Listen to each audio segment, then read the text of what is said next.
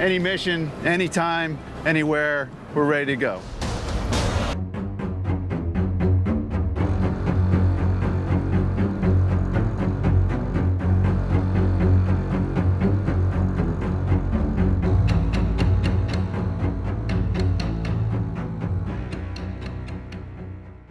মধ্যপ্রাচ্য কি আরেকটি ভয়াবহ যুদ্ধের দ্বারপ্রান্তে? যুক্তরাষ্ট্র ইরান সংঘাত হলে কি হতে পারে?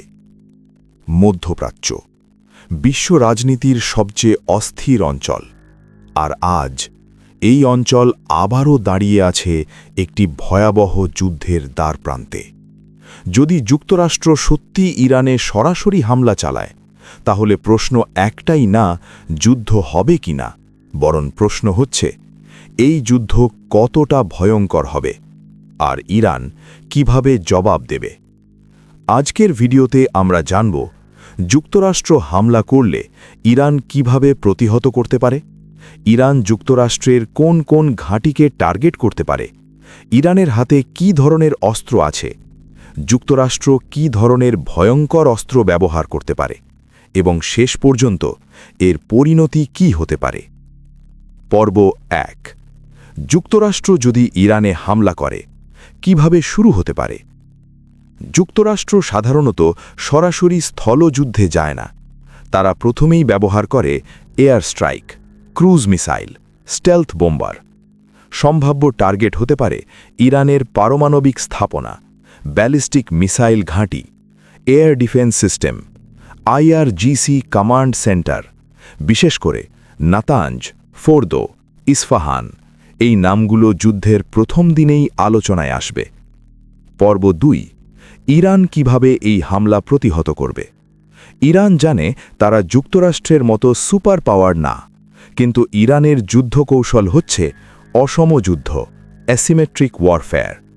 ইরানের প্রতিরক্ষা কৌশল: স্তরভিত্তিক air defence, বাভার 373, খোরদাদ 15, Russian S-300, mobile missile launcher, যাতে স্যাটেলাইট থেকেও ট্র্যাক করা কঠিন, ভূগর্ভস্থ ঘাঁটি, যেগুলো পাহাড়ের নিচে লুকানো, ইলেকট্রনিক ও সাইবার যুদ্ধ, মার্কিন ড্রোন ও কমিউনিকেশন ব্যাহত করা। পর্ব ৩। ইরান কোথায় কোথায় যুক্তরাষ্ট্রকে আঘাত করতে পারে। যুদ্ধ হলে ইরান শুধু নিজের ভূখণ্ডে বসে থাকবে না।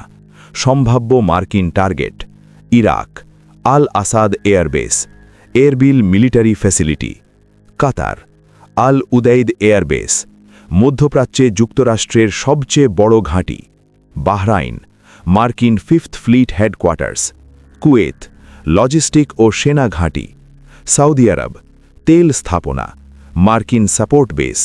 পাশাপাশি হরমুজ প্রণালী বন্ধ করে দেওয়ার হুমকি বিশ্ব অর্থনীতিকে কাঁপিয়ে দিতে পারে। পর্ব ৪।